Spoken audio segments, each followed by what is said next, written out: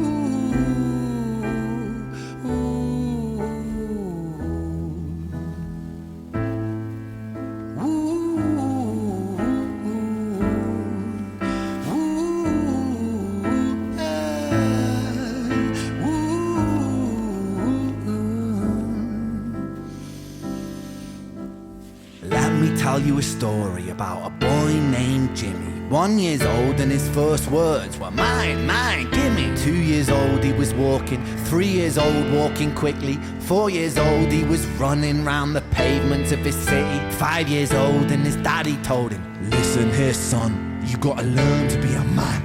A man, he works for what he wants. 6 years old and he's reading, writing, top of the bunch. And when he's 7, his progression made him student number 1. 8 years old and he's praised for unusual grades. 9, his parents paid for private school to nurture the flame. 10, 11, 12, 13, he ascends and ascends. His daddy tells him, son, money is the means to all ends. 14, solving complex mathematical equations. At 15, IQ 150, still elevating.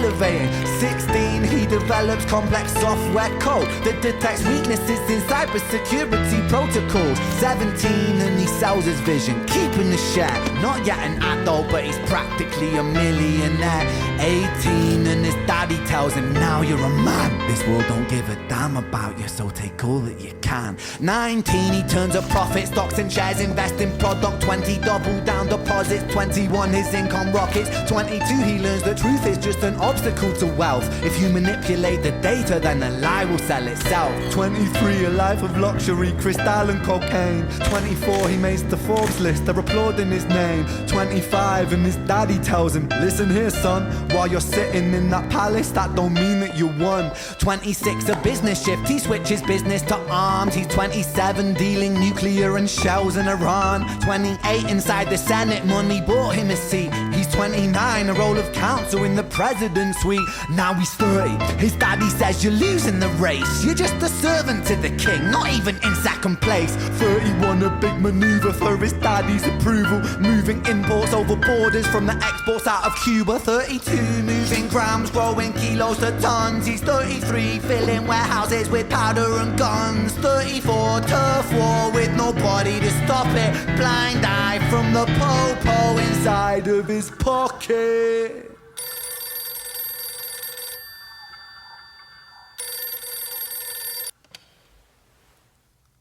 35, he gets a call. I'm sorry, son, but it's your father. Had a heart attack, I'm sorry, he's gone.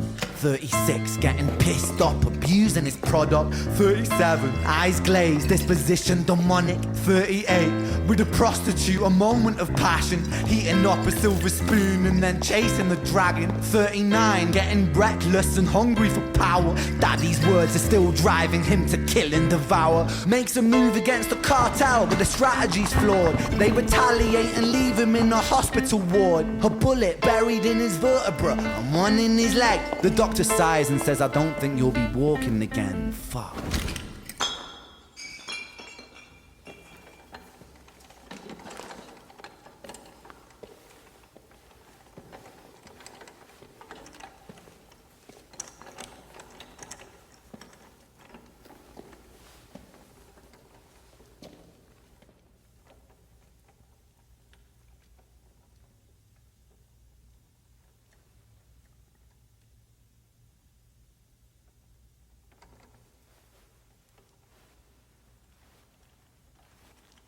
Let me tell you a story about a boy named Jimmy. He was 40 and he cursed the words, mine, mine, gimme. 41 he wasn't walking, 42 not walking quickly, 43 never running round the pavements of his city, 44 inside a palace with a mountain of gold. But those riches turn to rubble when perspective evolves. Weighing heavy on his conscience is the value of gold. Lamborghini for a life, trading money for souls.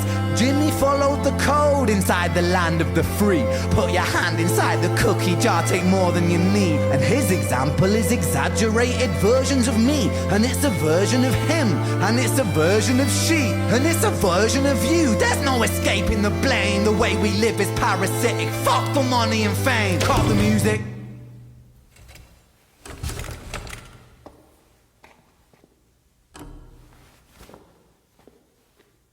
This isn't entertainment, this is real life. The way we live is lunacy, community, it declines. Hyperpolarized, always fighting, then we divide. Truth is less important than the money that we designed. Money's an invention, politics from our invention. They all come from people's ideas. Did I mention? Border's an invention, law and order fuel the tension. It leads to people killing each other. My solution?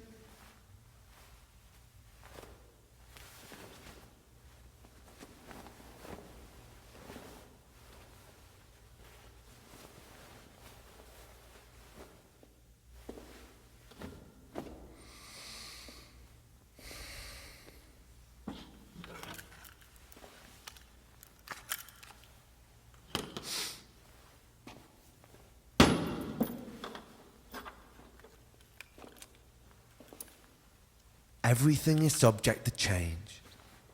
We could build utopias if individuals were taught to use their brains. But if we teach kids in schools to always be sheep and put themselves before the herd if there's more money for me, then there's no future I see where the humans survive. We're parasites inside a petri dish with cannibal minds. Mold will grow upon the surface then consumes till it dies. And our fate could be the same without this story to the wise.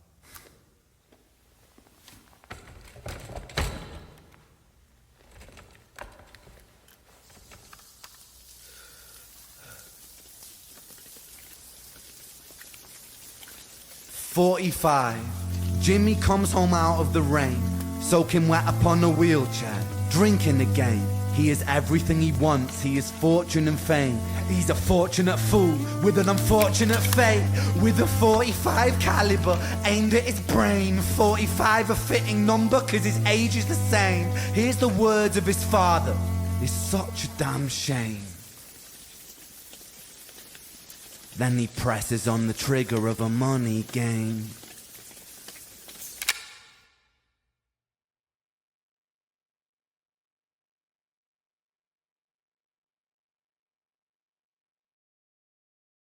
I'm telling you, dog.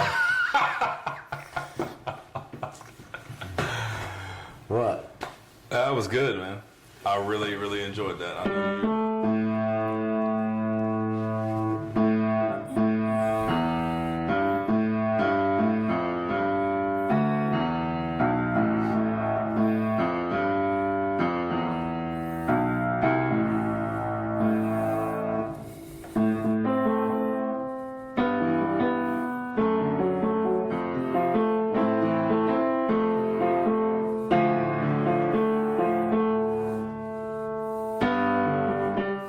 It's all in A minor. It does. There's that cool part where they're like, he was like, or something like that.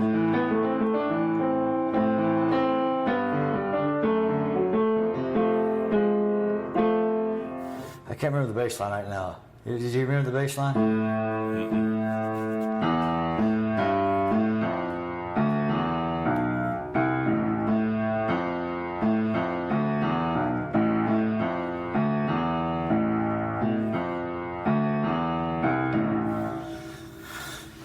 Coolest part musically for me was the string quartet behind it. Okay.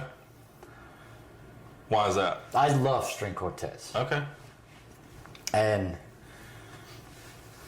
you know, just that whole, it's like, for me, the string quartet was the first rock and roll band.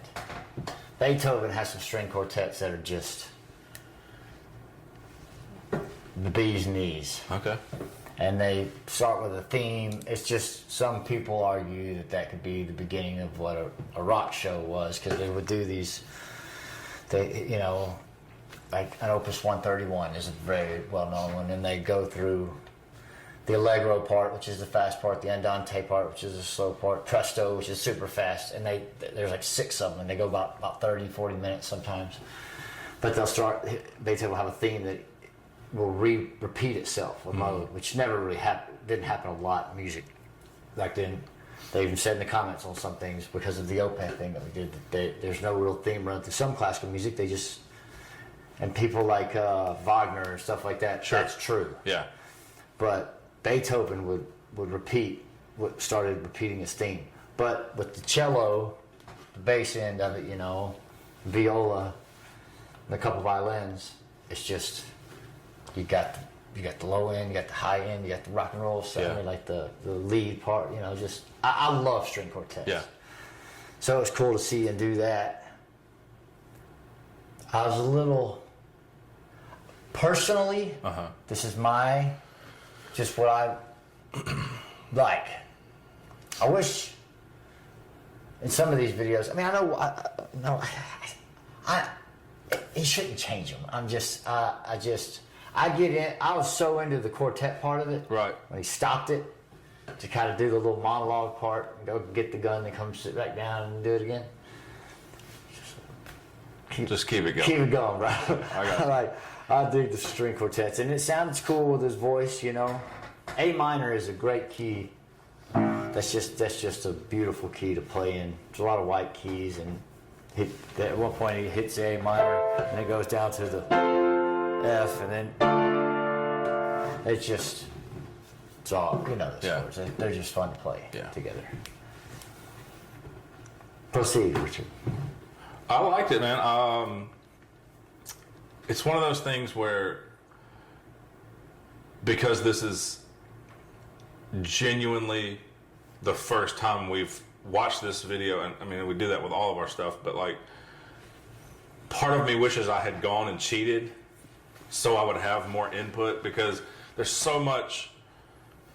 I'm trying to like I'm trying to watch what's happening, but I'm also trying to hear what he's saying and dissect lyrically what's going on. And I feel like because I'm a dummy, I get overwhelmed sometimes with that. Really, not really a dummy. I am. He's not. What I'm saying is I find myself watching more than listening and trying to hear what he's saying. Yeah. Which I think comes along with watching videos anyways, but it's one of those things where I wish I had watched this, because I know 2 or 3 more times of watching it, which I'm going to watch it and listen to it again, I'll be able to catch things that I didn't catch this time. All right. So, the first one was just an overview, a history of what money is in the world, has been in the world, and it's more of a history of where everybody comes from, that we don't come from where we think we come from, and money kind of drives some of that. All right. Second one seemed to be more of what money does in today's world that we see on the news. Right. That we see in newspapers, that we hear other people talking about. Sure. This one, more of what it does to a person. an individual. Yeah. Okay. Or what it can do to an individual. Right. Yeah. And money was the driving factor of every situation that Jimmy had himself in. Yeah. Because of what his dad said. Yeah, but money was the thing that took him everywhere in his life, right? Yeah. I mean, he all the situations that he had himself in, he was able to be there because of the money that he had to pay for it. Right. And like you said, it'd be nice to cheat every now and then, to kind of, because you hear the lyrics one time. But he even made a comment when he went and got the gun and came back, something about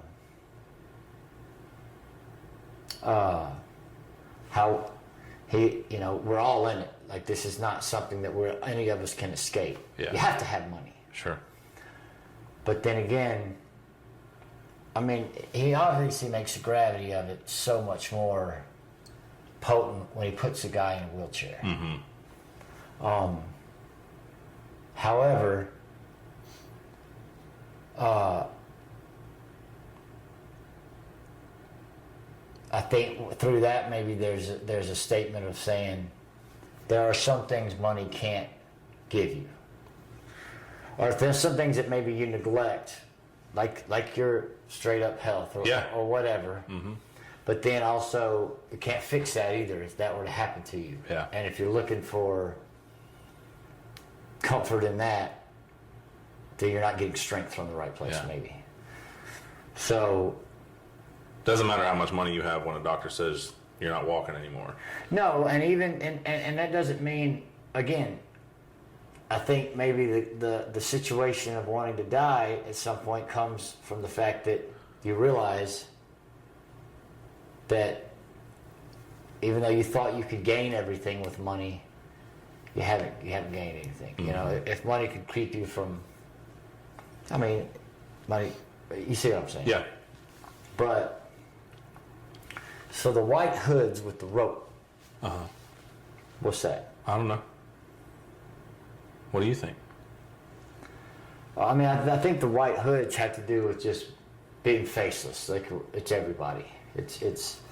That's a metaphor for everybody in the world. Right. All right. So it doesn't matter. So I think that's what the whole point was for him when he took his off. To show that. So the white hoods in the beginning, and you even see that flash in the second one, but in the first one, it's a faceless crowd that he's talking to, because he's talking to everybody. When you take it off, that's why it was in the third one, is because it was a personal story that he had then. Mm-hmm. You see what I mean? Yeah. So when you put a face on it, especially after part 2, you're realizing that the people that have a lot of money that do these horrible things to the population, they see the population as having white hoods on. And then again, I don't know, the rope could be self-imposed, that we're hanging ourselves by not paying attention to this, as he said, you know, something you could have a utopia if we used our brains. Yeah. Or the rope is put around us, and that is, you know, we put it around ourselves because that we're hanging out. You're giving us enough rope to hang ourselves when it comes to money, because you're going to chase after it. And the prospect of getting it is enough to make people do horrible things. Right. But I probably shouldn't say this, but obviously, when I see the white hood first, I think of in the 1800s, whether it be in America or in the Old West, when they would put those hoods on, they were going to find somebody to either hang them or to kill them. Mm-hmm. Not necessarily for a race situation. Right. But you know, I can't remember what they called them in the Old West, you know, when they not a mercenary, but I can't remember. Anyway, and it's just scary. It's just scary to have that thing on, you know. I mean, for me, those things are more indicative of the people that are doing a hanging or a lynching or something like that, rather than the person that's actually it being done to. What did you think of when you saw the white? I think it was the removal of identity as an individual at first. I think it's just being faceless. Like when I first saw it, especially when he put the eyes on there, I think of the movie The Strangers. Oh. But I know that's not, I don't guess that's what, I mean, obviously that's probably not what's going on here, but There's just a lot. but I see I see it as us being faceless. Or what happens in The Strangers? That's where they go camping and, or not camping, but they go and stay in a cabin. The couple goes and stays in a cabin, and the people show up with the kind of. Well, I mean, very similar to that. I mean, not really, but. And that can be a part of it, you know, in the sense that that's maybe. No, I think we're getting way off. No. I don't mean the Strangers in particular. I'm just saying the idea that someone's coming, a faceless thing is coming to terrorize you. So, I mean, in a sense, it could be, in the first one, it could be that. It could be the people that are playing the tune that you're dancing to are faceless. We don't know who they are. You see what I'm saying? Yeah. Like, it could be both. Maybe that's in the first one what he was talking to. He was talking to these faceless people that we think we know about, that have all the money, that are playing the tune that we're all dancing to. Gotcha. Why he kept stopping him and why he ended up going to do his little thing. Yeah. But then, in the beginning of the third one, he's got one on. So he is one of those people, and shows you a story. I mean, in a way, you're kind of hoping that the guy does kill himself in the end, if he is one of these people that are, you know, see what I'm saying? Some of the supplying people that control weapons to. Yeah. I mean, is that what he's playing in the money game? He's playing one of the corporate rulers, I guess you could say. Corporate dictators. I can see that. Does he hope he kills himself? In a way. Yeah, if he is one of those people. I mean, there's a side of that. Sure. I understand. We go down a whole nother road here, but we won't. Just about the individual himself, Jimmy himself. You know, you feel bad for him because he had something happen to him. You feel like he deserved it, right? Supplying firearms or whatever. He said at one point, getting high on your own supply. That's not the words that he used, but he made that comment in his lyrics. So you kind of get bitten by the thing that you put a leash on. Think you have a leash on, but then. I mean, you feel bad for the guy, right? I like the whole lyric of he's the same age as the gun that he's got to his head. He's 45, same age, you know what I mean? That's cool, yeah. But we could be completely wrong. We probably are.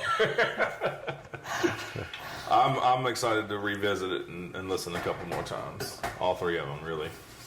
See if there's anything we missed that he might have referenced 1 and 3 or 1 and 2 or whatever. But I really like the string quartet in the third. Yeah. I thought that was powerful. No pressure, but I'd like to hear a piano cover of 3. They went through different. He went through different parts. There was that bass line that I think that was it. And then there was this like, it was really cool. I mean, at the very beginning, he just.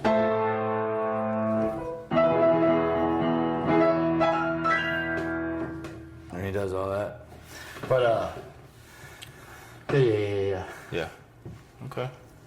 Cool. Thanks for watching, everybody. We are Great Measures. Gray measure.